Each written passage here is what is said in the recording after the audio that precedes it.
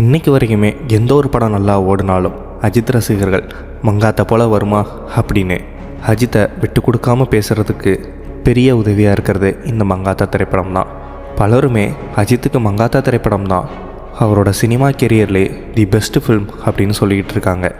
உண்மைதான், அஜித்தோட ஃபிலிம் கெரியரில் மங்காத்தா ஒரு பெஸ்ட் ஃபில்ம் தான். நான் அதெல்லாம் தாண்டி பல படங்கள் செதுக்கி எடுக்கப்பட்ட திரைப்படங்கள்லாம் இருக்குது. அதில் ஒன்று தான் பில்லா. பில்லா படத்தில் இதுக்கு முன்னாடி பார்க்காத ஒரு அஜித்தை பார்த்துருப்போம். அவ்வளோ ஸ்டைலிஷாக, கெத்தாக, மாஸாக, ஒரு ப்ராப்பரான ஒரு கேங்ஸ்டராக அஜித் அந்த படத்தில் நடிச்சிருப்பார். யுவன் சங்கர் ராஜா பிஜிஎம்முக்கு அஜித் நடந்து வர இன்றைக்கி பில்லா படத்தை தியேட்டரில் ரீரிலீஸ் பண்ணாலும் தியேட்டர் தெரிக்கும். இப்படி ஒரு கிளாஸான பில்லா திரைப்படம் எப்படி உருவாச்சு அப்படிங்கிறத அந்த படத்தோட இயக்குனர் விஷ்ணுவர்தன் சமீபத்தில் சொல்லியிருக்கிறாரு.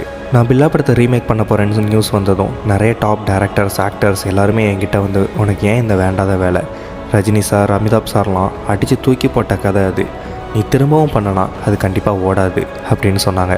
ஆனால் அஜித் சார் என் மேலே நம்பிக்கை வச்சுருந்தார். அன்றைக்கி அவர் என் மேலே வச்ச நம்பிக்கை வீண் போகலை.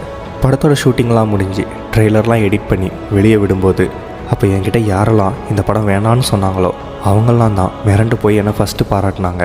இன்றைக்கும் பில்லா திரைப்படம் மாஸுக்கும் கிளாஸுக்கும் ஒரு கேங்ஸ்டர் படத்துக்கும் மட்டும் இல்லாமல் அதை தாண்டி நான் படத்தில் பல எலமெண்ட்ஸ் வச்சுருக்கிறேன்.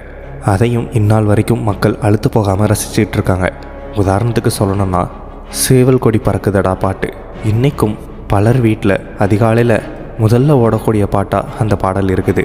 முருக பக்தர்களுக்கு ரொம்பவே பிடிச்ச பாடலாகவும் இருக்குது. இப்படி பில்லா பற்றின என்னுடைய நினைவுகள் நிறையா இருக்குது அப்படின்ற மாதிரி சொல்லியிருக்கிறாரு.